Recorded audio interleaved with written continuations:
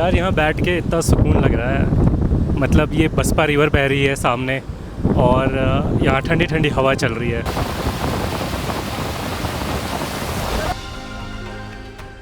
यहाँ तक पहुँचने के लिए हमें ऐसी सड़कों से गुजरना पड़ा जहाँ एक छोटी सी गलती भी भारी पड़ सकती है।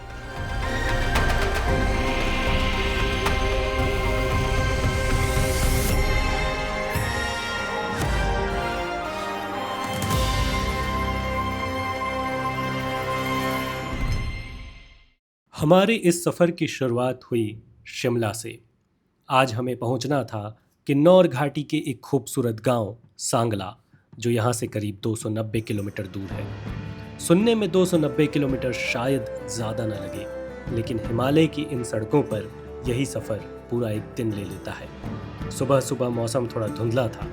कुछ ही देर बाद जब धुंध छटने लगी और सामने दिखने लगे हिमालय के विशाल पहाड़।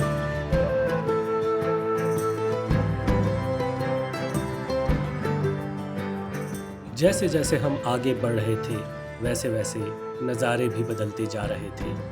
कहीं गहरी घाटियाँ, कहीं दूर दूर तक फैले पहाड़ और कहीं पूरी ढलान पर फैले सेब के बगीचे। किन्नौर अपने सेब के लिए पूरी दुनिया में जाना जाता है। अगस्त और सितंबर के महीने में यहाँ के ज़्यादातर बगीचे लाल लाल सेबों से भर जाते हैं। धीरे धीरे हम किन्नौर की सीमा के करीब पहुँच चुके थे और आगे हमारा स्वागत करने वाला था किन्नौर गेट।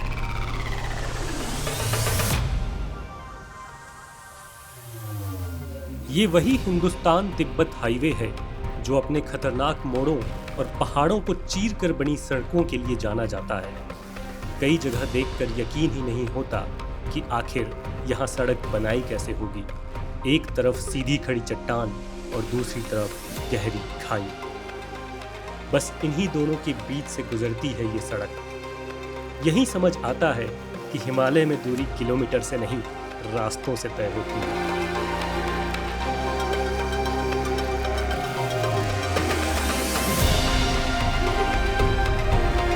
डूबते सूरज की सुनहरी रोशनी में पहाड़ और भी सुंदर लगते हैं।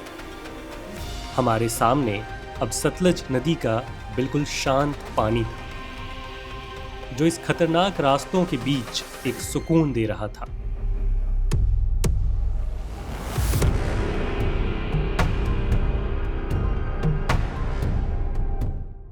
लेकिन दिन अभी खत्म नहीं हुआ था। सांगला अभी भी हमसे कुछ दूर था और आगे का रास्ता पहले से भी ज्यादा चुनौतीपूर्ण।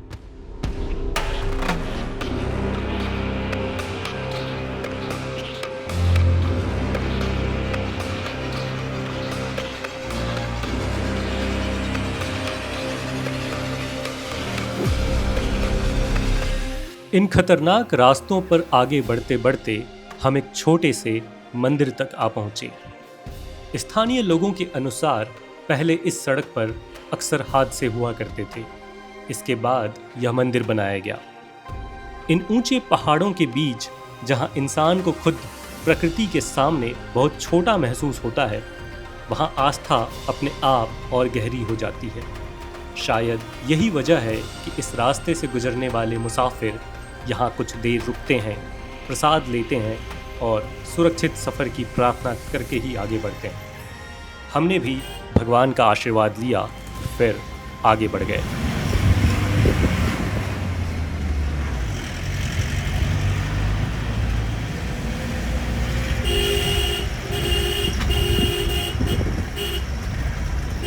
मंदिर से आगे बढ़ने के बाद सड़कें सुनसान और खतरनाक होती चली गईं। करीब रात 10 बजे आखिरकार हम सांगला पहुँचे। उस वक्त बस एक ही ख्याल था, बस अब आराम करना है। लेकिन हमें बिल्कुल अंदाज़ा नहीं था कि अगली सुबह हमारी खिड़की के बाहर एक खूबसूरत नज़ारा हमारा इंतज़ार कर रहा होगा।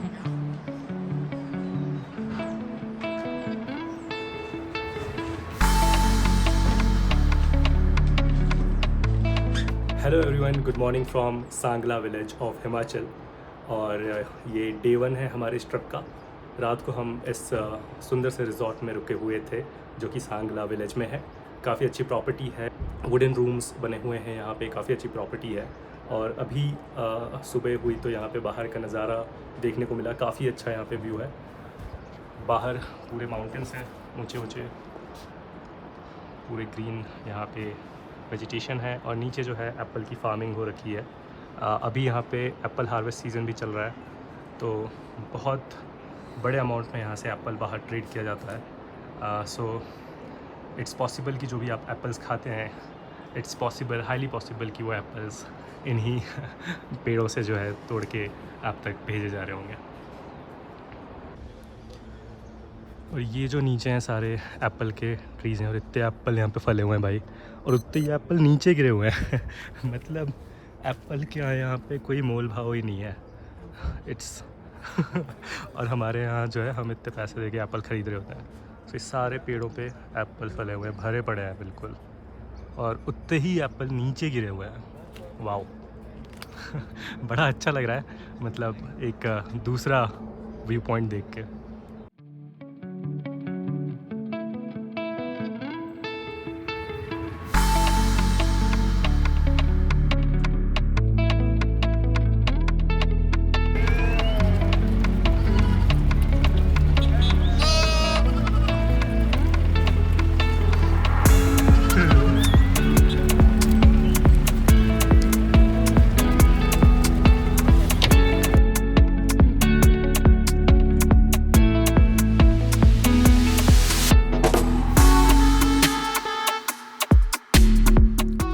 सांगला से निकलकर हम पहुंच गए हिंदुस्तान के आखिरी गांव चितकुल, जो हिंदुस्तान और तिब्बत की सीमा से लगा हुआ है।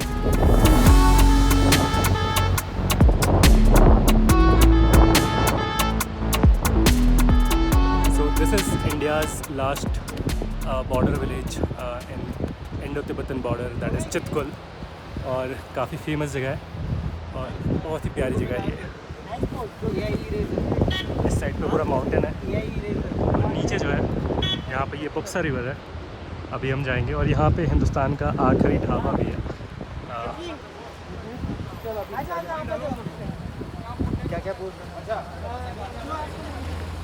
So this is India's last village and this is Hindustan का आखिरी ढाबा।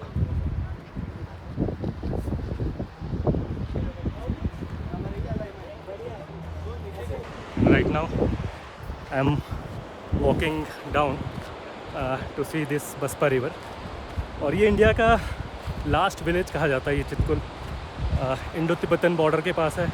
लास्ट विलेज का मतलब है कि इंडो तिब्बतन बॉर्डर के पास it is the last inhabited village. छोटा सा ही गांव है, और काफ़ी टूरिस्ट यहाँ पे हैं, फ़ोटो खिंचा रहे हैं, एक्सप्लोर कर रहे हैं, और बड़ा ही सुंदर नज़ारा है। सामने ये नदी है, और अभी हम इस नदी को एक्सप्लोर करने जा रहे हैं नीचे, वो वहाँ पे।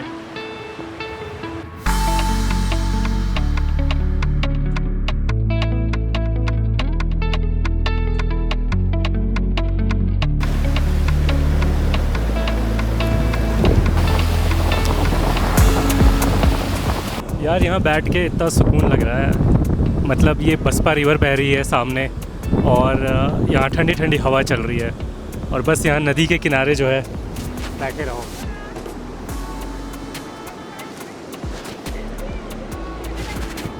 ये सामने नदी है, और बड़ा प्यारा सा व्यू है यार, और यहाँ बस साइड में बैठ के ठंडी हवा खाओ और सुकून से ये नज़ारा देखो।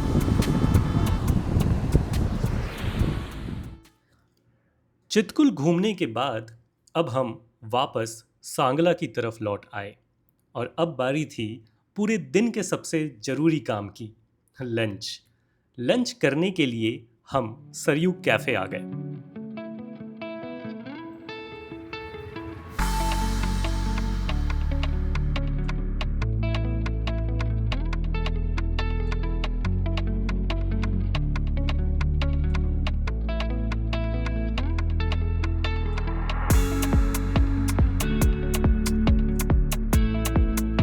पहाड़ों में पूरा दिन घूमने के बाद गर्मा गर्म राजमा चावल और सामने ऐसा व्यू, इससे ज़्यादा और क्या चाहिए।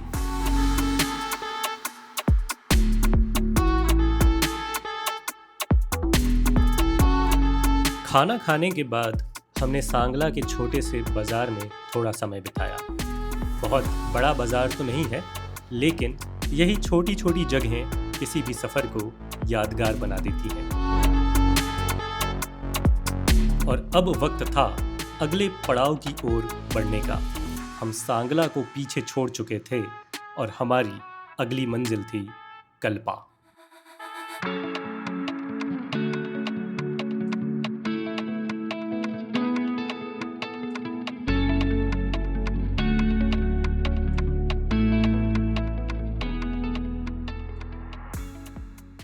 करीब 3000 मीटर की ऊंचाई पर बसा ये छोटा सा गांव किन्नौर की सबसे खूबसूरत जगहों में से एक माना जाता है। पहली नज़र में कल्पा एक शांत पहाड़ी गांव लगता है, लेकिन इसकी असली पहचान इसके ठीक सामने खड़ी इन विशाल पर्वत चोटियों से है। ये है हिमालय की किन्नर कैलाश पर्वतमाला। मान्यता है कि भगवान शिव का निवास किन्नर कैलाश से जुड़ा हुआ है। इसी पर्वतमाला में स्थित है लगभग 80 फीट ऊंचा प्राकृतिक शिवलिंग, जिसके दर्शन के लिए हर साल हजारों श्रद्धालु कठिन पैदल यात्रा करके यहाँ पहुँचते हैं।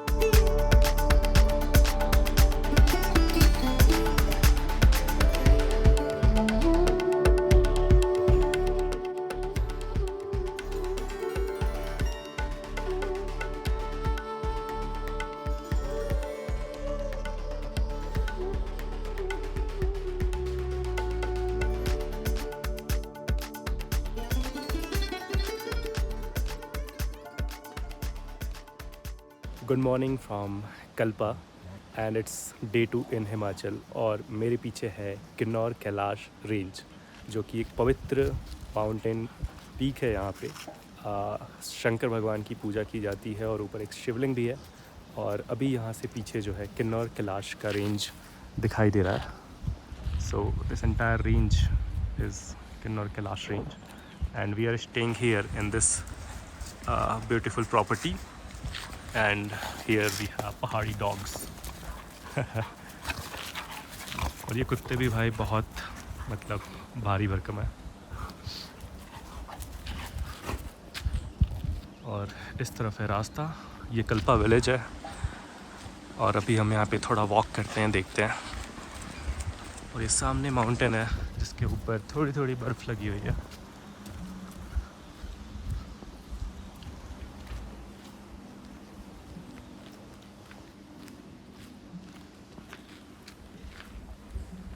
और हिमाचल में इतने एप्पल्स हैं कि आप बस चलते जाओ और हर तरफ आपको एप्पल दिखाई देते हैं। इसका एक एग्जांपल मैं यहाँ पे दिखाता हूँ। इस तरफ जो है ये किसी की प्राइवेट प्रॉपर्टी होगी और ये सारे जो है एप्पल के ट्रीज़ हैं यहाँ पे। और यहाँ पे ये ग्रीन एप्पल्स भी लगे हुए हैं। दिस साइड यहाँ पे जो है सारे ग्रीन एप्पल्स हैं और इधर जो है यहाँ पे पक गए हैं एप्पल्स। और ये जो है ये सारे एप्पल के यहाँ पे कंटेनर्स हैं। यहाँ पे सारे ये ग्रीन एप्पल्स अभी जो है शायद इनको एक्सपोर्ट के लिए तैयार किया जा रहा है। इधर कुछ और एप्पल्स रखे हुए हैं, वैसे उठाना नहीं चाहिए, लेकिन यहाँ पे बहुत सारे एप्पल्स यार। ऐसे पूरे रास्ते भर हम जब से ट्रैवल कर रहे हैं, पूरे रास्ते भर ऐसी एप्पल्स आपको दिखाई देंगे। और यहीं से सारे एप्पल्स पूरे देश में, पूरे दुनिया भर यहाँ से किन्नौरी एप्पल जो है वो पूरे वर्ल्ड में एक्सपोर्ट किए जाते हैं। तो कितना अच्छा लग रहा है। और यही एप्पल्स ख़रीदने के लिए जो है हम सिटी वाले जो है इतने पैसे खर्च करते हैं, इतनी क्वालिटी चेक करते हैं, लेकिन यहाँ पे भाई भर भर के एप्पल्स हैं। आप चाहो तो ये एप्पल जो है ऐसे ही तोड़ सकते हो यहाँ पे, but because it's someone's private property so don't do it. क्योंकि यहाँ पे लोग काफ़ी सीरियसली लेते हैं इन सब चीज़ों को। सो अगर आप घूमने आए हो और आपको इतने सारे एप्पल्स दिखे, आप बहुत ओवरवेलम हो जाओ, तो डोंट प्लक इट डायरेक्टली, ठीक है। देख लो आसपास, लोगों से परमिशन ले लो और उसके बाद तो। But overall it looks such a great thing. पूरे एप्पल्स यार, जहाँ तक आप नज़र घुमाओगे आपको एप्पल्स ही एप्पल्स दिखाई देंगे।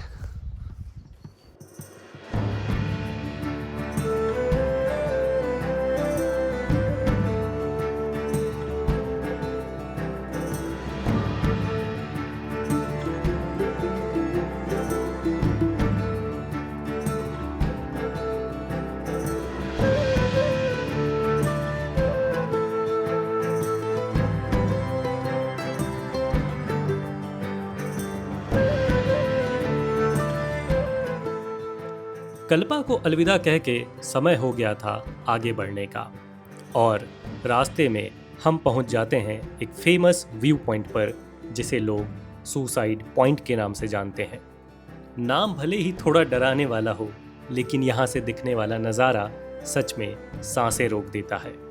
ऊंचे ऊंचे पहाड़, गहरी घाटियाँ और उनके बीच से गुजरती हुई ये सड़क।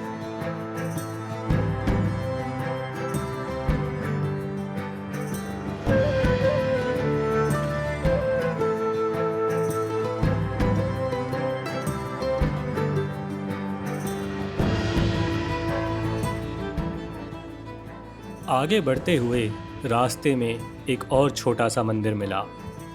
यहाँ कुछ स्थानीय लोग हर आने जाने वाले मुसाफिर को अपने हाथों से कड़ा प्रसाद और गर्मा गर्म काले चने बांट रहे थे। पहाड़ों की शायद यही सबसे खूबसूरत बात है। यहाँ मेहमान और मुसाफिर में ज़्यादा फर्क नहीं किया जाता।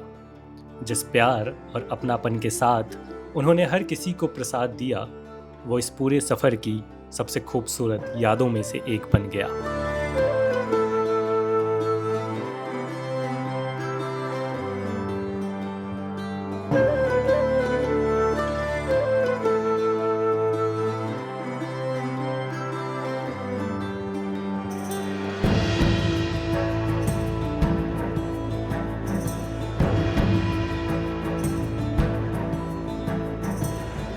जैसे जैसे हम आगे बढ़ रहे थे, हमें महसूस होने लगा कि आसपास का पूरा नज़ारा अब बदल रहा है। हरे भरे पहाड़ अब धीरे धीरे सूखे और पथरीले होते जा रहे थे। ऐसा लग रहा था कि जैसे एक घाटी से निकलकर किसी बिल्कुल नई दुनिया में प्रवेश कर रहे हों।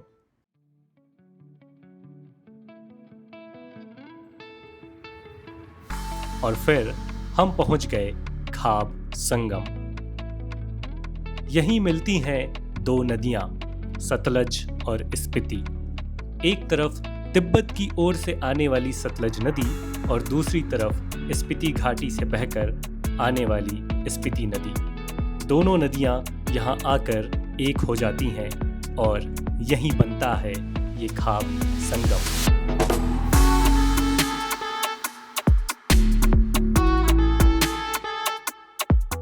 लेकिन खाब संगम सिर्फ दो नदियों का संगम नहीं है।